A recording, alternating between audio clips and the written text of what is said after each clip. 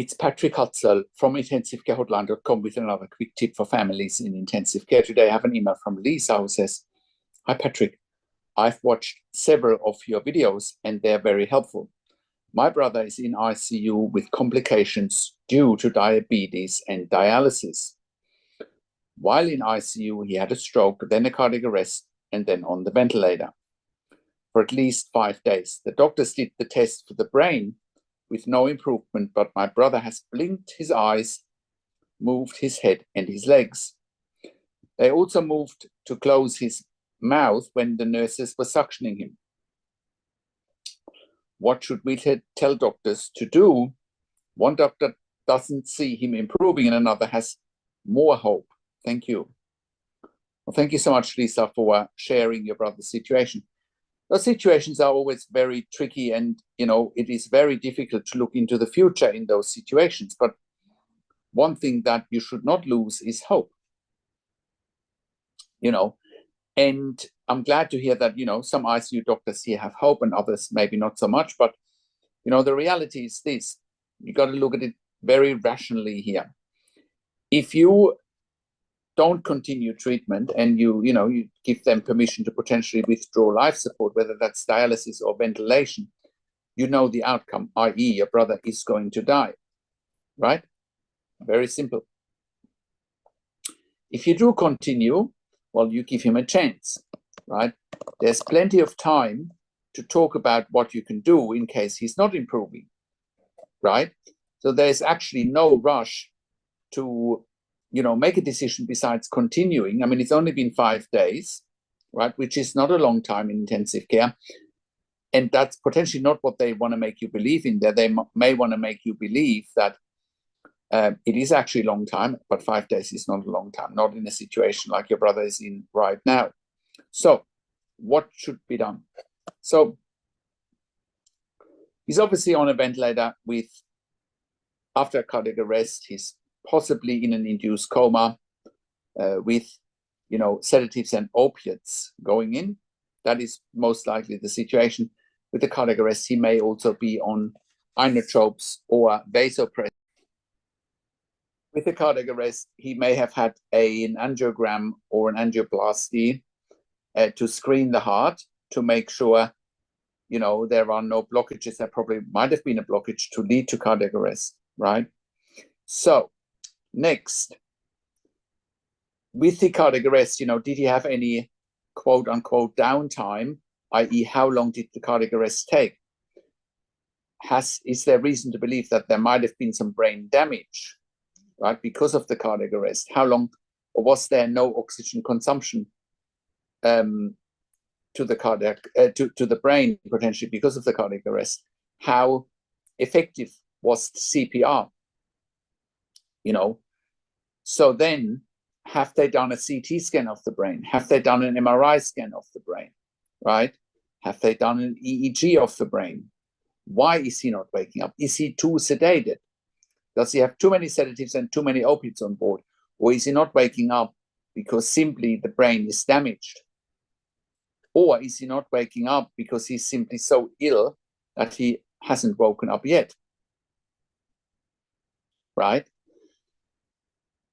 So, there are a number of specialists and specialist reviews that need to happen here. One would be from the cardiologist and the other one would be from a neurologist, right? So that would need to happen here too. What are they saying? Is the cardiac arrest likely to happen again? What is the neurologist's outlook on the prognosis? The other thing you need to think about here is this potentially a real or a perceived end-of-life situation? Well, what's the difference? A real end-of-life situation is that no treatment, no surgery, no equipment, no medications can save your brother's life. That is a real end-of-life situation. A perceived end-of-life situation, on the other hand, is just that. It's a perception.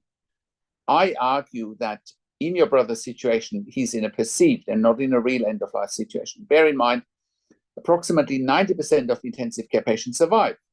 So why would your brother be 1 out of 10 not surviving? You got to ask those questions. You got to ask the hard questions, right? Now, let's just say he survives, right? And let's just say his quality of life is not as good as you were hoping for, were wishing for.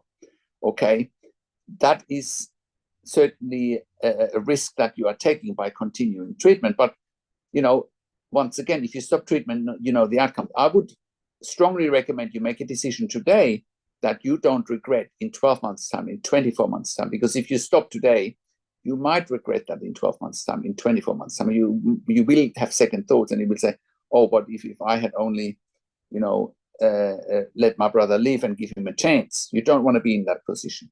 So, right? So, always make decisions that you don't regret in 12 months' time. And do not let anyone dissuade you from what you think is the right thing to do here for your brother. You know him best, right? What would he decide if it was up to him? Right? These are questions you need to ask Lisa, right? But what is also important in a situation like that, you know, what are blood results? What are ventilator settings? What did the angiogram show? Did he have a cardiac ultrasound, right? EC on inotropes, vasopressors for the weakness of the heart, right? And the dialysis, because that will also put strain on his heart when fluids are being removed. So, you know, what medications is he on specifically? Sedatives, opiates, inotropes, vasopressors would be very important to know, because then we could even dig deeper. You know, once again, the biggest challenge for families in intensive care is that they don't know what they don't know. They don't know what to look for. They don't know what questions to ask. They don't know their rights, and they don't know how to manage doctors and nurses in intensive care. That's exactly what you're up against here, Lisa. You don't know what you don't know. That's also why it's important you get access to the medical records, right, as quickly as possible. So we can look at the medical records and let you know what's exactly going on, remove all the, you know, the medical jargon and explain it in layman's terms. That's what we do, right?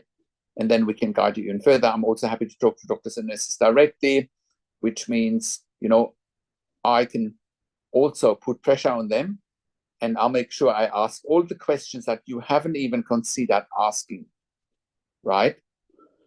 So, with all of that said, I have worked in critical care nursing for nearly 25 years in 3 different countries, where I worked as a nurse manager for over 5 years, and where I've been consulting and advocating for families in intensive care since 2013.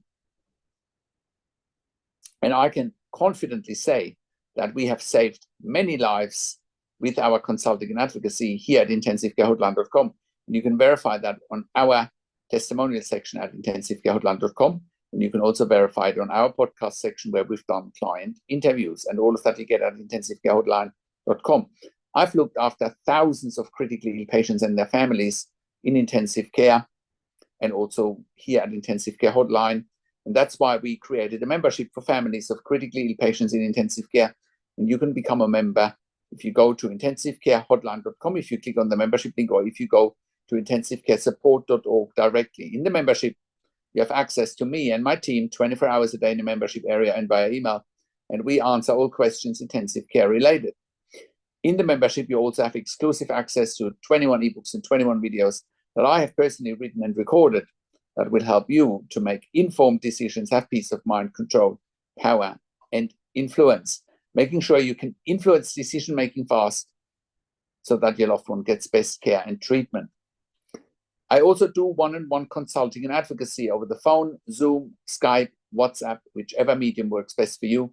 I talk to you and your families directly. I handhold you through this once-in-a-lifetime situation that you cannot afford to get wrong.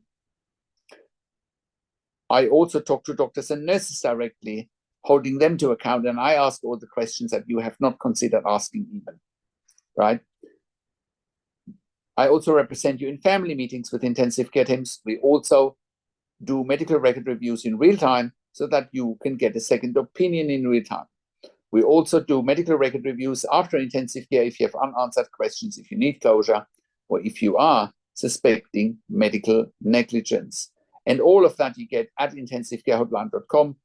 Call us on one of the numbers on the top of our website, or simply send us an email to support@intensivecarehotline.com with your questions. And if you like my videos, subscribe to my YouTube channel for regular updates for families in intensive care. Click the like button, click the notification bell, comment below what you want to see next, what questions and insights you have. I also share the video with your friends and families. I also do a weekly YouTube live where I answer your questions live on the show, and you will get a notification for the YouTube live if you are a subscriber to my YouTube channel, or if you are a subscriber to our email newsletter at intensivecarehotline.com. Thank you so much for watching. This is Patrick Hutzel from intensivecarehotline.com, and I will talk to you in a few days. Take care for now.